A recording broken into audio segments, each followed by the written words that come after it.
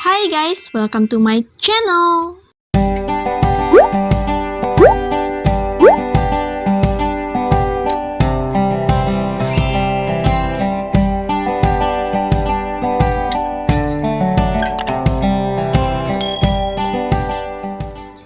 Hai, maaf ya guys, baru up hari ini. Mudah-mudahan kalian puas dengan durasinya ya. Untuk kalian yang baru mampir di channel ini, saya sarankan untuk menonton video yang sebelum-sebelumnya agar tidak bingung dengan alur ceritanya.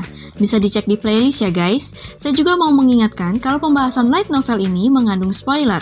Jadi kalau kalian gak suka spoiler dan gak suka cara saya membawakan cerita, silahkan berhenti menonton dan gak usah ninggalin komen sampah. Kalau kalian bukan sampah, pasti mengerti maksud saya. Simple toh? Pembahasan ini akan kita mulai dari chapter 392 sampai dengan 394. Kalau kalian suka dengan gaya bercerita saya, jangan lupa pencet tombol subscribe, kasih like kalian, dan share ke teman-teman kalian ya guys. Tara, thank you. Selamat mendengarkan suara saya yang false dan ngomongnya belepotan. Juice. Di video sebelumnya, kita sudah bahas sampai Yowon yang lagi-lagi menggagalkan rencana Blood God Six Martial untuk membunuh semua orang yang ada di pertemuan itu dengan menggunakan bom. Yowon yang saat itu sedang menyamar sebagai salah satu pejabat istana, membongkar rencana Blood God Six Martial di hadapan Komandan Utara Yongjo dan seorang Kasim dari West Pier. Yongjo dan si Kasim pun pergi untuk menginfokan pada Kaisar tentang masalah itu. Sementara itu, Nam Gung-kyong menerima ajakan dari Sword Master Lee Wok, salah satu dari 6 Master Blood God Six Martial, untuk melakukan aliansi dengan tujuan membunuh Chun Yo-won, The Lord Kultus Iblis. Lee Wok mengatakan kalau Garmojam telah sepakat untuk beraliansi dengan tujuan yang sama. Namun, saat Nam Gung-kyong mengatakan pada Yimok untuk beraliansi dengan Blood God Six Martial, Yimok malah naik ke atas mimbar dan berdiri di samping Yowon, diikuti oleh pimpinan yang lain dan sebagian besar prajurit Force of Justice. Yimok membongkar kenyataan bahwa surat berbentuk buku saku yang dikirimkan oleh The Lord Kultus adalah palsu dan ditulis oleh Lee Wok untuk mengadu domba Force of Justice dan Kultus Iblis. Nam Gung-kyong syok menyadari bahwa dirinya ternyata munafik karena menerima ajakan Lee Wok. Padahal dia berkata bahwa prinsip Force of Justice adalah tidak akan bekerja sama dengan penjahat meskipun untuk memerangi kejahatan itu sendiri. Oh iya guys, sorry ya guys, di video sebelumnya saya lupa nyebutin nama organisasi grup fanatik itu, namanya Forces of the Great Heaven. Udah itu aja. Saat itu, Yimok berkata dengan lantang kalau dia sebagai pimpinan utama tidak akan memaafkan sekte Blood God Six Martial yang mengancam kekaisaran dan mencoba untuk menjauhkan sekutu mereka dengan cara yang licik. Anggota Force of Justice yang memihak Yimok mengangkat senjata mereka. Mereka telah bertekad dan siap untuk menjatuhkan lawannya. Para pimpinan klan-klan lain yang mendukung organisasi Force of the Great Heaven shock. Lah, kenapa mereka malah jadi musuh? Bukannya kita bakal bertarung bersama melawan kultus? Padahal beberapa saat yang lalu mereka masih saling berdampingan dan sekarang mereka malah jadi musuhan. UNIN, nggak gitu sih. Nam Gung-kyong merasa frustasi.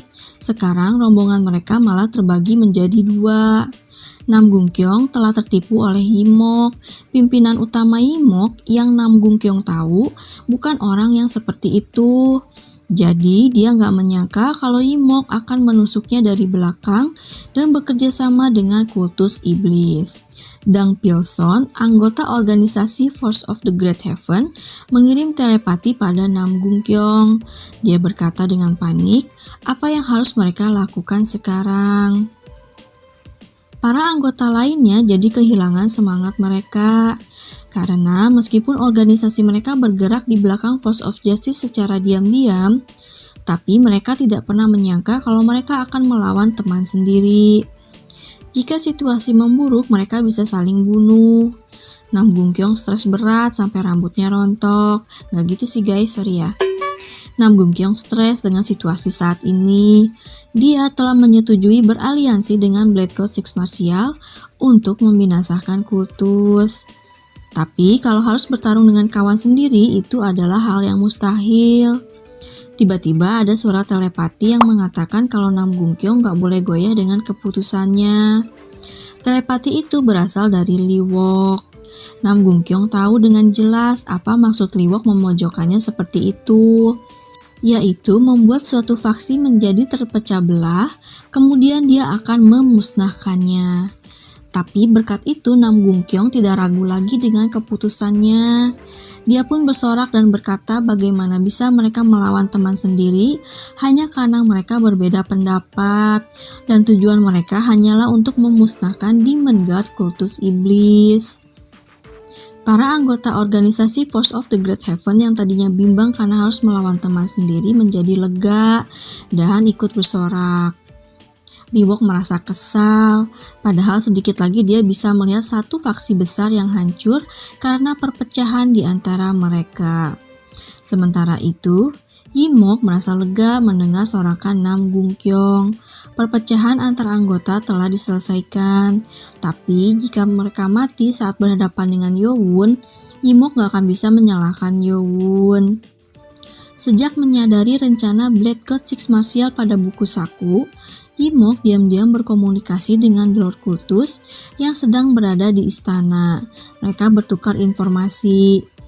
Tetapi karena hal itu, pimpinan utama Yimok jadi tahu mengenai keberadaan organisasi The Forces of the Great Heaven yang memiliki ideologi yang fanatik, selain mata-mata dari Blade God Six Martial. Force of Justice memang sudah tahu ada organisasi kecil yang fanatik yang memiliki tujuan untuk membuat dunia tanpa kejahatan, bukannya perkembangan organisasi itu sendiri. Namun, karena mereka organisasi berskala kecil, jadi sangat sulit untuk dilacak. Tentu saja Yimok tahu mengenai Chun Yowon yang tidak memiliki belas kasihan terhadap orang-orang yang menginginkan dia mati. Klan Namgung memang adalah bagian dari Force of Justice, tetapi organisasi yang dijalankannya adalah musuh kultus iblis dan Chun Yowon. Tidak hanya itu, Yimok pun menyadari kalau 100 pasukan North of Justice di bawah pimpinan Yeon Buso ternyata malah memihak Nam Gung-kyong, yang artinya ada 200 pasukan yang bersiap melawan Chun Yowon. Yimok merasa khawatir. Sampai saat ini dia memang telah menjalankan sesuai rencana yang disusunnya bersama Yowon. Tapi bagaimana Yowon akan menghadapi mereka? Seng Baek yang saat itu memimpin 100 pasukan North of Justice menggantikan Yeon Buso mengirim telepati pada Yimok dan mempertanyakan tentang tindakan Yimok saat ini. Padahal putranya Yeon Buso sedang ditawan oleh kultus iblis. Seng Baek tidak bisa menerimanya. Sebelumnya Yimok sudah memberitahukan rencana ini pada Seng Baek. Tetapi Seng Baek tetap bersikeras kalau dia nggak akan memihak kultus dan akan melawannya. Intinya, sekte Blade God Six Martial yang paling diuntungkan dalam situasi ini, karena tujuannya sama dengan pasukan North of Justice, yaitu untuk membunuh Chun Yowon. Lee Wok merasa telah berada di atas angin. Bodoh amat dengan buku saku yang sudah ketahuan kalau itu adalah palsu. Yang penting gak peduli para pimpinan Force of Justice beserta Yimok berada di sisi Lord Kultus, kenyataannya mereka kalah jumlah. Lee Wok bahkan berterima kasih pada Force of Justice karena telah menghalangi jalan anggota kultus untuk datang ke tempat itu. Namun tiba-tiba terdengar suara keras dari arah gerbang utara. Bang! Ternyata satu-satunya akses untuk keluar dari ruangan itu yaitu pintu gerbang utara telah tertutup. Semua menjadi panik. Lah, gimana gue bisa keluar? Yang memutuskan tali penahan pintu gerbang itu adalah para pengikut kultus. Pimpinan ke-6 Force of Justice Pung Chong-won menanyakan kenapa Yowon malah menutup pintu gerbangnya. Padahal tadinya dia berpikir kenapa mereka memunggungi pintu gerbang itu adalah agar mereka bisa lolos dengan mudah. Lah ini malah ditutup. Why? Melihat itu, Lee Wok tertawa puas dan berterima kasih atas kebodohan Yowon karena sudah menutup jalan keluarnya sendiri.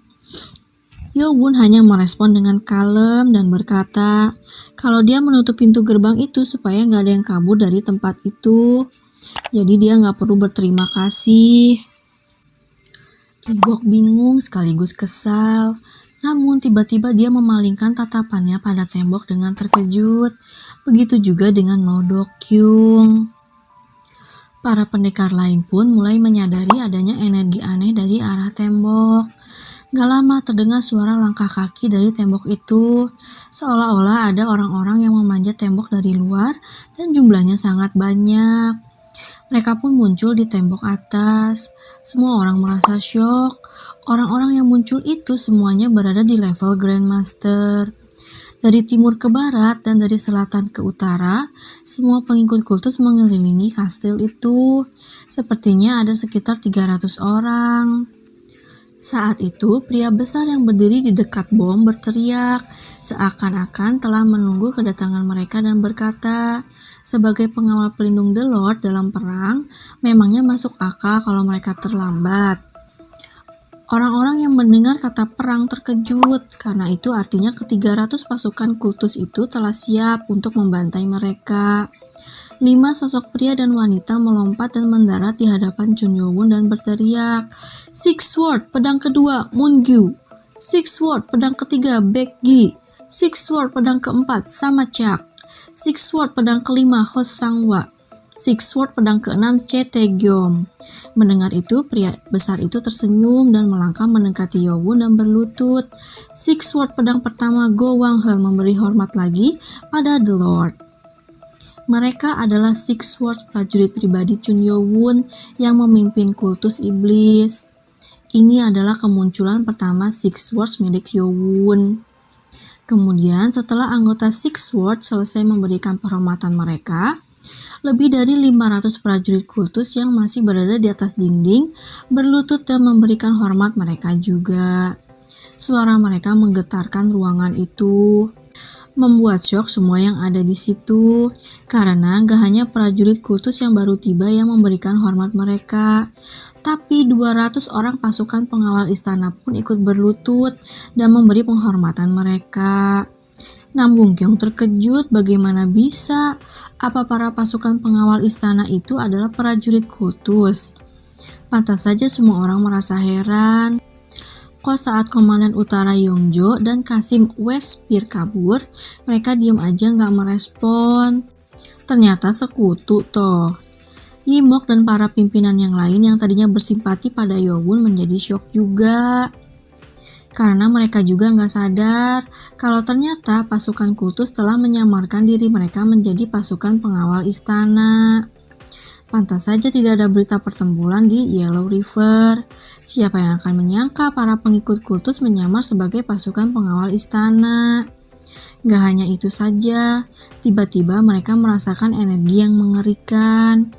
Gak seperti yang lainnya, Swordmaster Lee-wok dan Fire Swordmaster No Do-kyung menatap pada gerbang timur.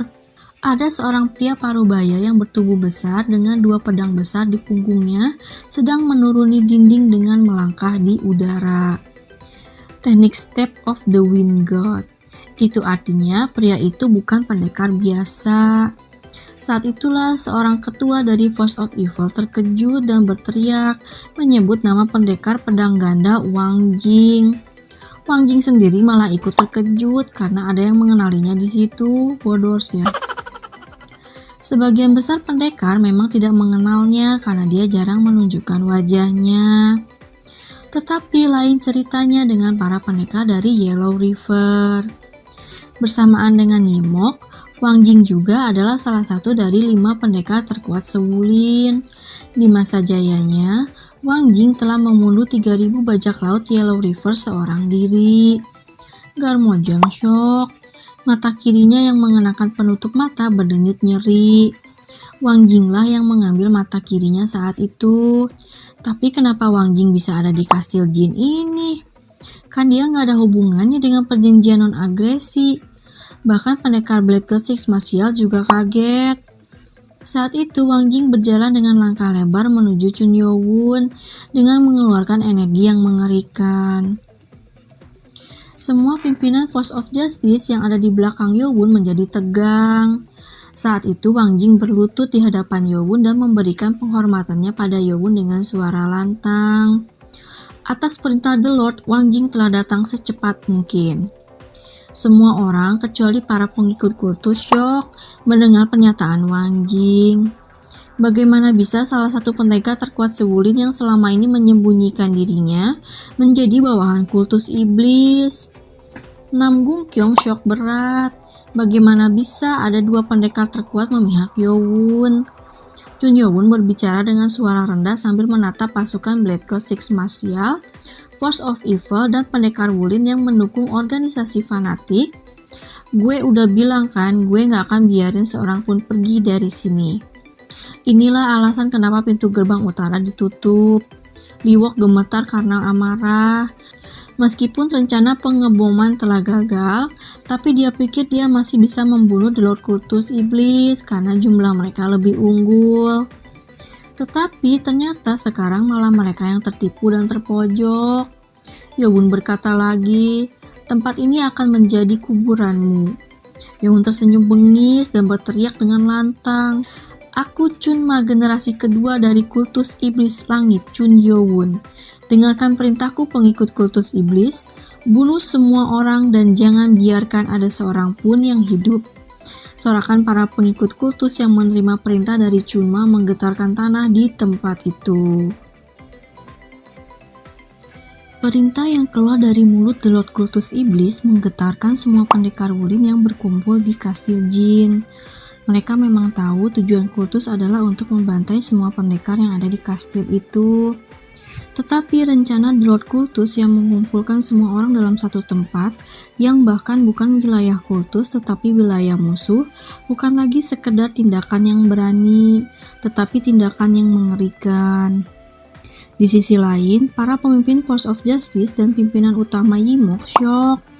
Mereka memang syok dengan perintah pembantaian semua pendekar Wulin, tetapi yang lebih membuat syok, Chun Yowon yang menyatakan bahwa dirinya adalah generasi kedua Chunma.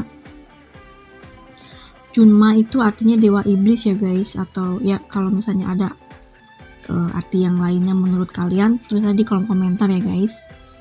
Tidak ada seorang pun di dunia Murim yang tidak tahu nama itu. Di dunia Murim, Chunma adalah salah satu dari 4 pendekar hebat luar biasa bersamaan dengan Dok Gogupe, si pendekar supreme penyendiri. Dia ini orang yang menciptakan teknik tingkat tinggi di Invisible Sword ya guys. Western Dharma dan Jang Sambong. Dia nanti kalau nggak salah muncul di buku kedua deh. For your info, gelar 4 pendekar hebat luar biasa ini beda level ya guys dari 5 pendekar terkuat Sewulin. Soalnya keempatnya sudah mencapai level Divine Master. Chunma adalah sosok yang melegenda sebagai yang terkuat di antara 4 pendekar itu dan juga pendiri sekte kultus iblis. Meskipun Chunma mengambil jalan iblis dan bahkan saat reputasinya tertutupi oleh reputasi faksi lain, Chunma adalah satu-satunya yang keberadaannya menggetarkan dunia Murim. Gak ada yang bisa menyangkal kalau Chunma adalah sosok yang melegenda. Pimpinan utama Force of Justice, Yimok, dan pimpinan yang lainnya tidak mengerti kenapa Yowon menyebut dirinya sebagai Chunma. Yang mereka tahu, Chunma adalah seorang pendekar yang berjalan layaknya seorang raja, namun pada akhirnya kehilangan arah dan menjadi iblis. Apa Yowon juga akan kehilangan arah dan menjadi iblis? Yang pasti saat melihat Chun Yowon, hal itu mengingatkan mereka akan tindakan yang dilakukan oleh Chunma, The Lord yang asli, maksudnya yang original gitu kan. Sementara itu perang telah dimulai. Benturan antara prajurit kultus dan prajurit Blood God Six Martial, Force of Evil, dan The Forces of the Great Heaven tak terelakkan. Perang yang akan menentukan keseimbangan kekuatan setiap faksi di masa depan. Garmojang frustasi melihat situasi saat ini. Bahkan sebelum The Lord Kultus Iblis muncul, dia berpikir dia hanya bisa membalas dendam pada Chun Yowon saja. Tetapi dia nggak akan bisa merusak kultusnya itu sendiri. Dan sekarang situasinya berubah menjadi mimpi buruk. Garmoja melihat pada Wang Jing, dan itu mengingatkannya pada mimpi buruknya selama ini. Saat itu, yang dilihatnya adalah pembantaian. Wang Jing membantai 3.000 orang hanya dalam setengah hari. Garmoja memang telah berkembang dari saat itu, tetapi kengerian yang dirasakannya saat itu telah membekas di ingatannya. Bagi Wang Jing, ini adalah tugas pertamanya sebagai bawahan Yowun. Dia mengira-ngira hal apa yang akan dihadapinya di tugas pertamanya ini. Namun, tidak disangka tuannya memberikan tugas yang membuatnya senang. Wang Jing diberikan kesempatan oleh Yowun untuk membantai sisa-sisa para ketua dari River Families yang telah bergabung dengan Force of Evil. Dengan bersemangat, Wang Jing mengincar kepalanya dulu, si Garmojam. Maksudnya kepalanya si River Families itu kan. Wang Jing bersikap seperti akan melempar satu pedangnya ke tempat Garmojam berada. Garmojam menjadi panik karena ternyata dia duluan yang diincar. Tapi dia juga nggak bisa mundur karena ada anak buahnya di belakangnya. Garmojam pun mengumpulkan energinya pada pedang Water Dragon miliknya. Dengan gugup, Garmojam berusaha untuk melihat arah lintasan lemparan Wang Jing. Namun seseorang menghalanginya, dan dia adalah pria berambut putih dengan pedang merah di punggungnya. Dia adalah Fire Swordmaster Noh Dokyung dari Blade God 6 Martial. Melihat itu, Wang Jing gak jadi melempar pedangnya. Ngapain sih lu? Ngalangin aja, padahal gaya gue udah keren. Gak gitu sih guys. Garmojam merasa lega melihat Dokyung berada di depannya. Dokyung pun berkata kalau seorang pria yang mengincar lawan yang lemah untuk terlihat kuat itu sangat menyedihkan. Garmojam kicep, maksud lo gue lemah? Dokyung mengirim telepati pada Garmojam menyuruhnya untuk menyerang anggota Force of Justice yang memihak Yowun bersamaan dengan yang lain. Dan dia akan menghadapi Wang Jing. Garmojam mengangguk dan membawa 100 pasukan di 17 Families ke arah mimbar. Bukan di 18 River Families lagi ya guys, tapi 17, soalnya kan keluarga Bokosun udah mati tenggelam. Mata Wang Jing bersinar-sinar melihat kemunculan salah satu master dari Blade God 6 Martial yang pernah diceritakan Yowun. Wang Jing menjadi bersemangat karena dia tahu lawannya memiliki kemampuan yang setara dengannya. Meskipun mereka belum pernah saling bertarung. Wang Jing berkata, dia baru tahu ada pendekar setua Dokyung. Dokyung menimpali kalau Wang Jing adalah lawan yang berharga, karena dia adalah salah satu dari 5 pendekar terkuat. Hanya dengan menjadi tua, dia baru bisa melampaui kekuatan Wang Jing. Mereka saling meledek dengan bahasa yang sopan. Mereka saling diam, mencari-cari celah dari lawannya masing-masing. Sepertinya butuh sedikit provokasi nih, pikir si Wang Jing. Wang Jing pun berkata kalau dia mencari lawan yang kuat. Gimana kalau lu ngelawan The Lord aja? Mendengar itu, wajah Dokyung menegang. Sebenarnya dia tahu dengan jelas kalau dia melawan Yowun sama aja dengan mati. Itu sebabnya dia diam saja. Ya kali gue ngomong gitu, mau taruh di mana muka gue? Wang Jing meneruskan karena tuannya sudah sibuk, jadi Dokyung harus melawannya. Clang! Bahkan sebelum Wang Jing menyelesaikan ucapannya, pedang merah Dokyung sudah mengincar kepala Wang Jing. Namun Wang Jing dengan ringan mengangkat pedangnya ke sisi tubuhnya dan memblok serangan itu. Dokyung sudah mengira kalau serangan mendadaknya gak akan berpengaruh pada Wang Jing.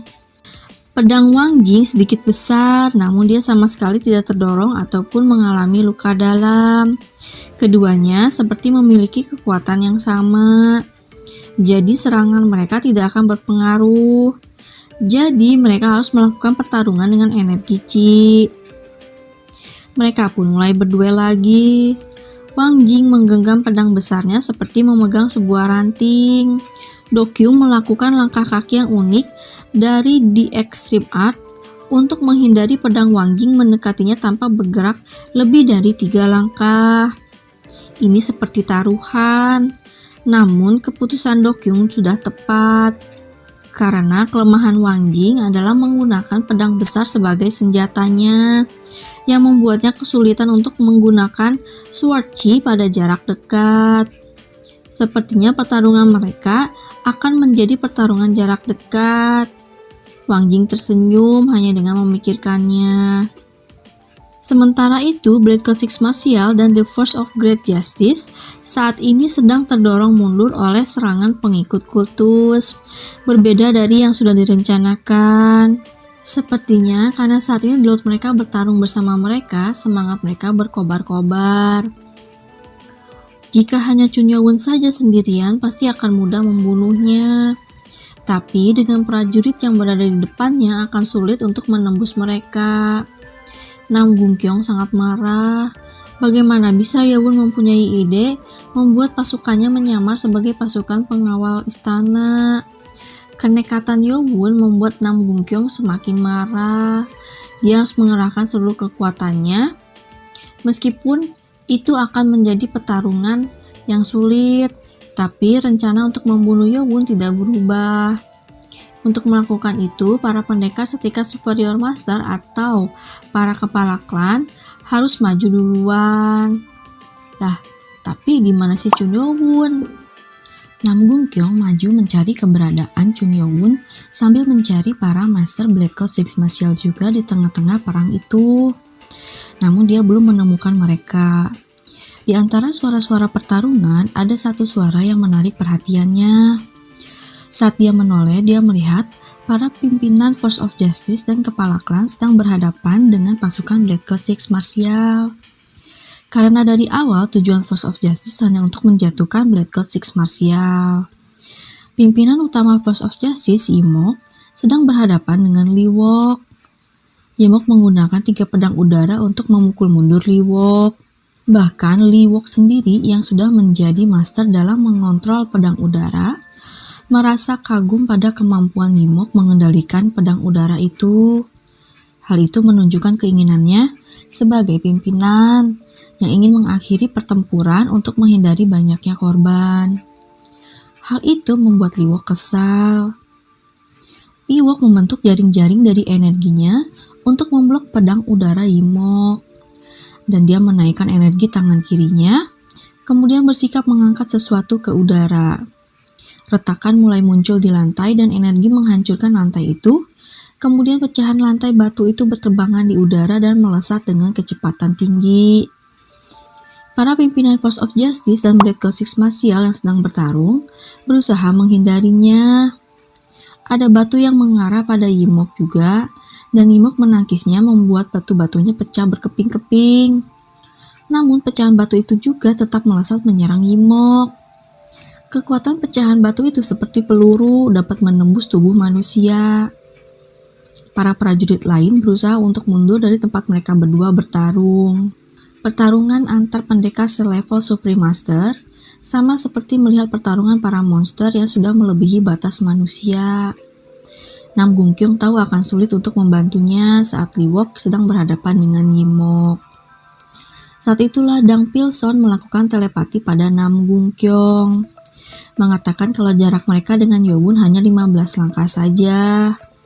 Dan saat ini pasukan Force of Evil sedang menahan prajurit kultus. Jadi ini adalah kesempatan mereka untuk membunuh Yo-won. Seperti yang diucapkan Dang Pilson, anggota Six Swords sedang sibuk menghadapi Garmojam dan 17 River Families yang datang ke arah barat. Mereka mencari keberadaan Yo-won juga. Dengan pergerakan rahasia, mereka pasti berhasil. Nam Gung-kyong bingung. Pergerakan rahasia. Sepertinya yang dimaksud adalah pembicaraan mereka saat dalam perjalanan ke Tongho. Dang Pilson gak kalah kuat soal racun jika dibandingkan dengan Baek Oh dari kultus. Nam Gung-kyong terkejut. Apa Dang Pilson bakal menggunakan teknik Thousand Poison? Thousand Poison adalah racun tingkat tinggi, di mana seseorang yang meminumnya dapat mengeluarkan energi racun yang mematikan dari seluruh tubuhnya. Ini tuh mirip Poison Man-nya Baek Oh ya guys. Hanya saja ada batasan sejauh apa mereka bisa menahan sakit dari racunnya kemudian mati karena racun itu sendiri. Mereka masih saling bertelepati. Saat ini Dang Pilson memiliki racun tersebut. Racun tersebut tidak berwarna, tidak berbau juga. Sebenarnya karena tingkat kematiannya tinggi, racun Thousand Poison ini dilarang digunakan di Force of Justice. Namun Dang Pilson masih memiliki satu botol itu dan berencana untuk mengorbankan nyawanya untuk bisa membunuh Chun Yo-won. Nam Gung Kyung melihat pada Chun Yo-won yang ternyata masih ada di mimbar sedang melawan 7 anggota Blade God Six Martial yang menggunakan 7 Star Extreme Blade Art. Sangat mengejutkan, mereka bertujuh mampu menandingi Yo-won. Bisa dibilang mereka adalah kartu rahasia Blade God Six Martial. Inilah kesempatan mereka. Saat Yo-won kelelahan setelah melawan 7 prajurit, Dang Pilson akan mendekati Yo-won. Nam Gung Kyung pun tahu, dia mana bisa melawan Yo-won sendiri. Tetapi mungkin racun bisa membuatnya mati. Meskipun bagi pendekar Wulin penggunaan racun adalah tindakan pengecut. Itu sebabnya sekuat apapun Baek-oh atau Dang Pilson, mereka tidak diakui sebagai pendekar di dunia murim. Dang Pilson mulai mendekati Yo-won sedikit demi sedikit. Dia bersembunyi di balik orang-orang yang sedang bertarung. Dia sangat hati-hati sampai akhirnya tinggal 5 langkah lagi menuju Yo-won. Ini adalah jarak yang cukup untuk menggunakan racun itu. Dang Pilson pun mengeluarkan botol kaca bersih cairan dan langsung meminumnya. Tubuh Dang Pilson seperti terbakar tanpa tahu sebabnya. Itu bukan hal yang akan dilakukan oleh orang normal. Dang Pilson merasakan panas dari dalam tubuhnya yang seperti terbakar. Meski begitu, asalkan Yo-won mati, dia akan menahannya. Gak lama keluar asap ungu dari dalam tubuh Dang Pilson dan dia berteriak kesakitan. Melihat itu, para prajurit yang lain kabur menjauh dari Dang Pilson. Prajurit kultus melihat bahwa Dang Pilson berjalan menuju tempat Yo-won berada. Mereka gak bisa membiarkan orang-orang mencurigakan mendekati Chunma. Namun tiba-tiba ada seseorang yang menghalangi mereka. Dia adalah Nam Gung Kyung. Nam Gung Kyung menyemangati Dang Pilson melalui telepati. "Sana pergi dan jadilah pahlawan," teriaknya. Dia pun langsung pergi mendekati Yo-won tanpa ragu lagi. Tubuhnya terus mengeluarkan energi racun mematikan yang membuatnya hampir meleleh. Meskipun nanti dia meledak, ledakannya akan melebar sekitar 10 meter dan racunnya akan menyebar ke seluruh ruangan. 7 massa dari Blade God Six Martial menyadari rencana Dang Pilson. Mereka langsung mundur dari situ. Sedangkan Yo-won masih berdiri di tempat itu menunggu kematiannya. Sedangkan Dang Pilson, meskipun dia mati, orang-orang akan mengingatnya sebagai pahlawan yang berkontribusi dalam masa depan Wulin. Dang Pilson meneriakkan kata-kata keadilan, namun harus terhenti karena Yo-won membuat tubuh Dang Pilson melayang di udara. Dang Pilson shock. Chun Yo-won dengan ringan mengibaskan tangannya seperti menahan sesuatu dan menatapnya. Dang Pilson merasa frustasi. Siapa yang menyangka Yo-won bakal membuatnya melayang seperti itu? Perbedaan kekuatan mereka memang sangat jauh. Dang Pilson pun berusaha untuk meledakkan dirinya. Namun Yo-won berkata, "Lu mau meledakkan diri lu? Gue udah muak ya sama racun, sana mati aja sendiri." Seketika itu tubuhnya mulai membeku. Dang Pilson belum sempat berkata apa-apa, namun tubuhnya sudah berada di dalam es yang membeku. Yo-won pun mendorong bongkahan es berisi tubuh Dang Pilson keluar dari tembok ruangan itu. Bus, brang, crack. Terdengar suara sesuatu yang jatuh dan meledak dari luar kastil itu. Nam Gung Kyung tidak bisa berkata apa-apa dengan apa yang dilihatnya tadi. Dasar monster gila. Nam Gung Kyung melongo. Dang Pilson yang sudah bertekad akan membawa Yo-won ikut mati bersamanya, malah mati dengan sia-sia. Yang terjadi tadi memang mungkin saja akan terjadi. Tapi siapa yang mengira kalau Dang Pilson bakal membeku dan meledak? Skill yang digunakan Yo-won adalah skill yang digunakan orang-orang utara. Beberapa kali Nam Gung Kyung melihat beberapa pendekar yang memiliki energi yin yang besar, mampu menggunakan skill seperti itu. Tetapi dia tidak pernah berpikir kalau Chun Yo-won yang memiliki energi yang sebagai dasar bisa melakukannya juga. Sayangnya Dang Pilson mati tanpa mencapai apa-apa. Nam Gung Kyong merasakan takut terhadap Chun Yo-won. Bagaimana Yo-won membekukan Dang Pilson yang akan meledakkan diri, kemudian melemparnya keluar kastil. Bisa saja Yo-won langsung melempar Dang Pilson menjauh darinya, dan Dang Pilson akan meledak di dalam kastil. Kemudian Nam Gung Kyong yang berada di dekat situ juga akan ikut mati terkena ledakan racun mematikan itu. Kalau saat itu Yo-won hanya memikirkan dirinya sendiri, dia juga akan ikut mati dan racun akan menyebar, dan semua orang di situ akan mati semua. Namun yang terjadi kan enggak, dia malah ngebekuin si Dang Pilson, terus ngelemparnya keluar.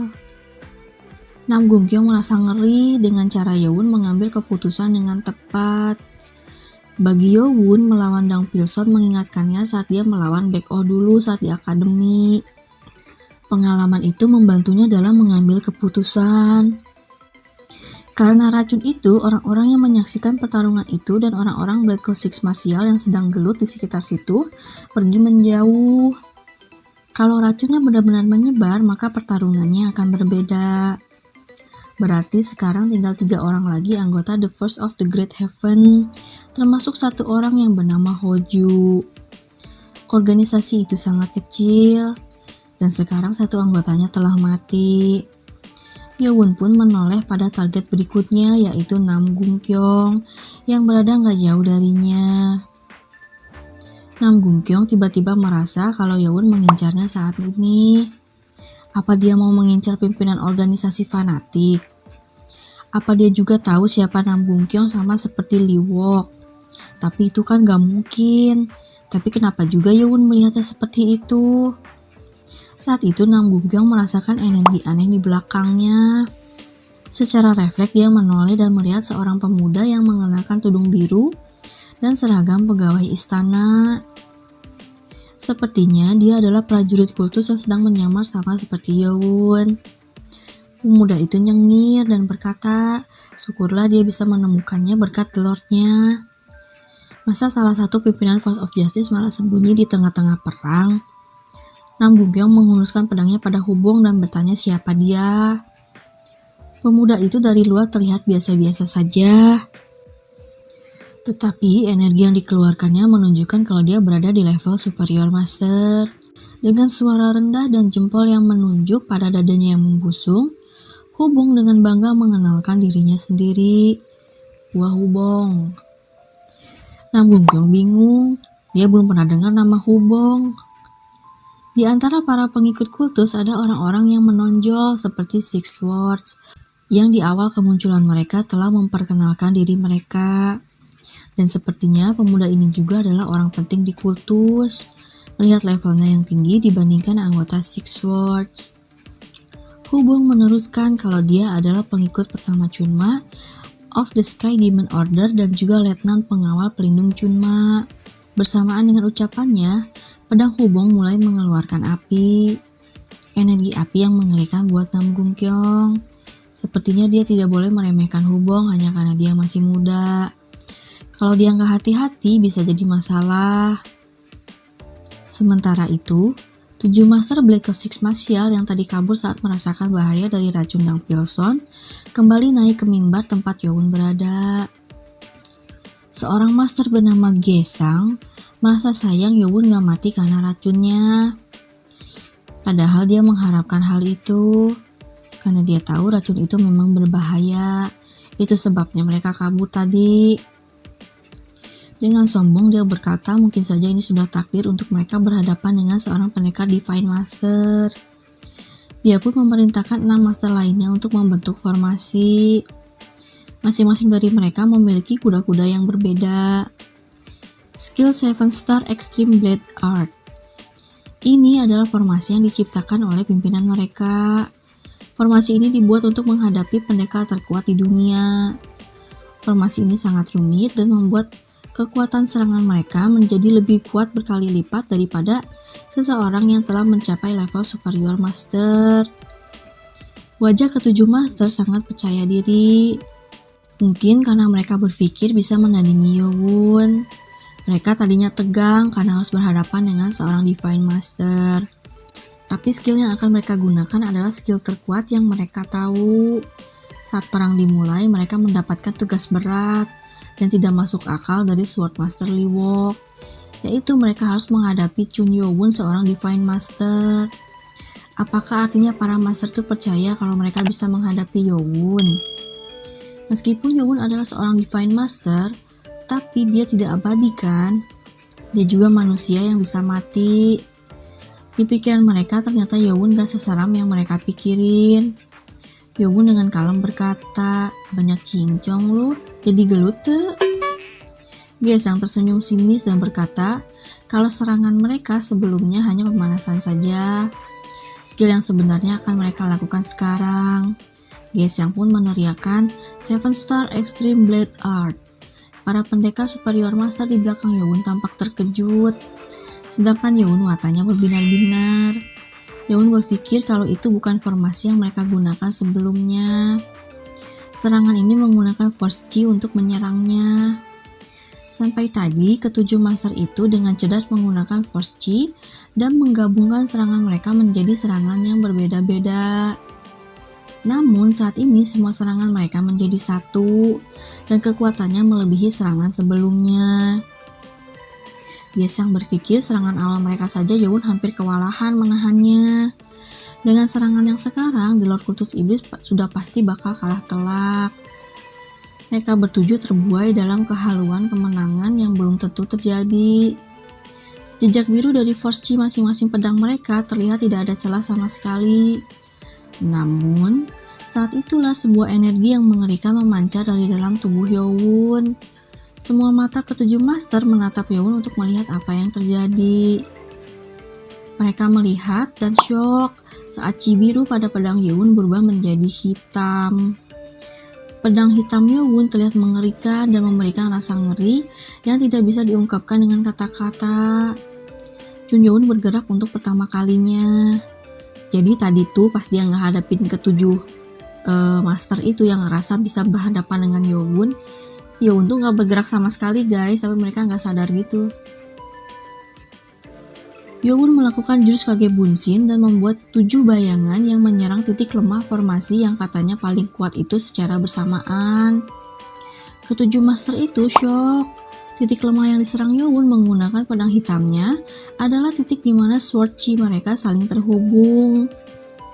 Mereka harus melakukan pertahanan, tapi kalau mereka melakukan itu, maka formasi mereka akan hancur. Mereka pun tetap terpaksa terus mempertahankan sword chi mereka. Tetapi serangan Yo-won mengandung kekuatan yang luar biasa sehingga berdampak pada tangan kanan mereka yang menggenggam sword chi. Mereka tidak tahan lagi dengan rasa sakit pada tangan mereka dan saat itu pedang mereka retak dan akhirnya hancur. Tubuh mereka yang terkena efek samping formasi tersebut terpental. Mereka terpental ke dinding dan gak peduli mereka berusaha melindungi tubuh mereka. Mereka tetap mengalami luka dalam sehingga muntah darah. Mereka bertujuh bingung dan syok. Bagaimana bisa formasinya hancur dengan mudah? Padahal, bukankah kekuatan mereka secara dengan Lord Kultus Iblis? Ditambah lagi, serangan formasi terakhir mereka 2 kali lebih kuat daripada yang pertama. Menemukan titik lemah formasi itu seharusnya membutuhkan waktu yang banyak. Tetapi, Yo-won gak hanya menemukan titik lemah mereka, tapi entah bagaimana dia bisa menghancurkan formasi mereka juga. Yo-won berkata, kayaknya lu pada udah salah paham deh. Lu ngira lu udah cukup kuat buat ngehadapin gue karena skill itu kan? Yo-won meneruskan kalau ada 2 alasan mereka gak bisa mengalahkannya. Tapi mereka gak perlu tahu sih. Yo-won mengangkat tangan kirinya dan mengibaskannya. Tiba-tiba terasa udara dingin menusuk dan sebuah pedang es transparan tercipta di udara. Mereka syok. Yo-won mengibaskan tangan yang satunya. Merasakan itu adalah sesuatu yang membahayakan, mereka buru-buru bangun. Namun telah muncul 7 pedang es yang tadinya gak ada, memojokkan mereka bertujuh. Pedang es itu melayang di udara. Mereka gak percaya dengan apa yang dilihatnya. Itu adalah pedang udara yang terbuat dari es. Membuat pedang es saja sudah sulit. Lah ini malah dijadiin pedang udara. Yang lebih penting, ketujuh pedang udara es itu siap untuk membantai mereka kapan saja. Chun Yo-won tersenyum dan berkata berkat mereka, dia jadi mempelajari sesuatu yang baru. Belajar apa? Untuk sesaat mereka bingung. Namun gak butuh waktu lama untuk mereka mencerna maksud ucapan Yo-won. Tapi sudah terlambat. Ketujuh pedang udara itu melesat dengan gerakan yang selaras dan sempurna. Semua mata ketujuh master itu seperti akan meledak melihat apa yang terjadi di hadapan mereka. Itu adalah formasi Seven Star Extreme Blade Art. Ketujuh pedang udara itu menyebar dan melakukan serangan terus-menerus pada ketujuh master yang telah kehilangan pedang mereka karena hancur. Ketujuh master tidak bisa melakukan apapun dan tubuh mereka pun terkoyak. Yang lebih mengerikan adalah setiap potongan yang disebabkan oleh pedang es itu terasa sangat menyakitkan sampai akhirnya mereka mati. Nano mematikan sistem formasi Seven Star Extreme Blade Art. Seiring dengan ucapan Nano, ketujuh pedang udara es mulai meleleh dan menghilang. 7 kepala master yang terpenggal itu menunjukkan raut wajah syok dengan mata melotot. Yo-won pun mendapatkan koleksi skill baru. Dengan bantuan Nano, Yo-won dapat mempelajari formasi itu dengan mudah. Dan berkat Nano juga, Yo-won gak perlu menggunakan kekuatannya. Saat ketujuh master itu menyerangnya, Yo-won tahu kalau mereka menggunakan formasi yang belum pernah dilihatnya dan menggunakan Force Chi. Itu sebabnya Yo-won meladeni mereka untuk men-scan formasi mereka. Bagi pemilik formasi ini yang dilakukan Yo-won gak lebih dari seorang pencuri harta. Pertarungan Chun Yo-won di mimbar disaksikan semua orang. Six Sword, Hubong, dan prajurit lainnya yang sedang bertarung. Semuanya rela turun gunung selaksa demi The Lord mereka. Sebelumnya para elders memberi masukan pada Yo-won.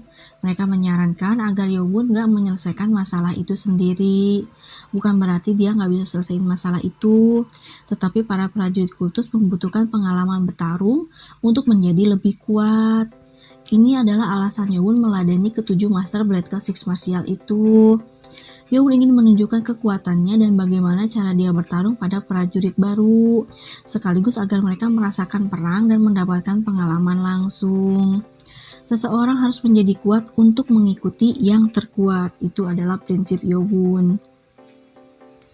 Chun Yo-won pun tersenyum menatap Six Sword yang sedang bertarung di medan perang. Bersambung! Sampai di sini dulu ya guys, sampai ketemu lagi di video berikutnya. Bye bye, assalamualaikum.